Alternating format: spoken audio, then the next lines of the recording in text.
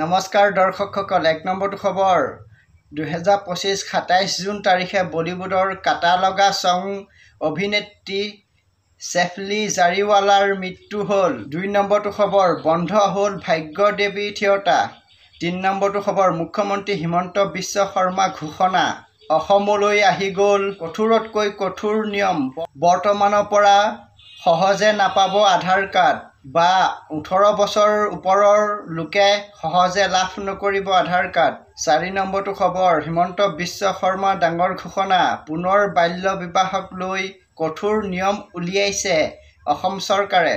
বাল্য বিবাহৰ লগত জড়িত লোকৰ কথা গম পালে মনে মনে আৰক্ষী থানাত খবৰ দিব দিছে। বাল্য বিবাহ কৰা স্বামীৰ ঠিকনা হ'ল জেল। বাল্য বিবাহৰ লগত জড়িতসকল বাচিব নোৱাৰে এইবাৰ। ৫ নম্বৰটো খবৰ মুখ্যমন্ত্ৰী ডাঙৰীয়াই গোটৰ মহিলাসকললৈ ডাঙৰ খবৰ দিছে। লাখপতি বাইদেউ আঁচনি পাব লগা যোগ্য মহিলাৰ নাম বাদ পৰিছে নেকি বা তালিকাত নাম নাই নেকি? তেনেহ'লে আপোনাৰ হাতত কেইটামান ঘণ্টা বাকী আছে।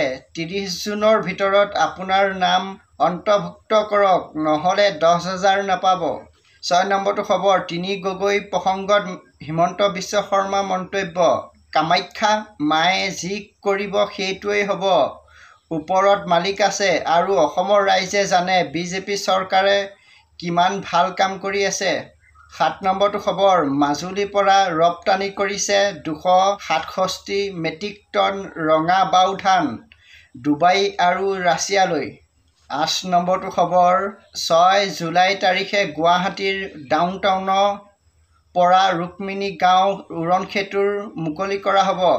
৯ নম্বৰটো খবৰ মুখ্যমন্ত্ৰী হিমন্ত বিশ্ব শৰ্মাই নিজেই কৈছে, মই ধৰ্ম নিৰপেক্ষ নহয়, মই আৰু হিন্দু লোক দেহে প্ৰাণে হিন্দু আৰু মুছলমান লোকসকল ধৰ্ম নিৰপেক্ষ নহয়, তেওঁলোক দেহে প্ৰাণে মুছলমান। সংবিধানৰ পৰা ধৰ্ম নিৰপেক্ষ শব্দটো আঁতৰাই দিব লাগে। ১০ নম্বৰটো খবৰ হিমন্ত বিশ্ব শৰ্মা ঘোষণা, সোনকালে পৃথক পৃথক ভোটাৰ তালিকা প্ৰকাশ পাব। মটক কাউন্সিলত মটক লোক সোমাব আৰু মৰাণ কাউন্সিলত মৰাণ লোক সোমাব।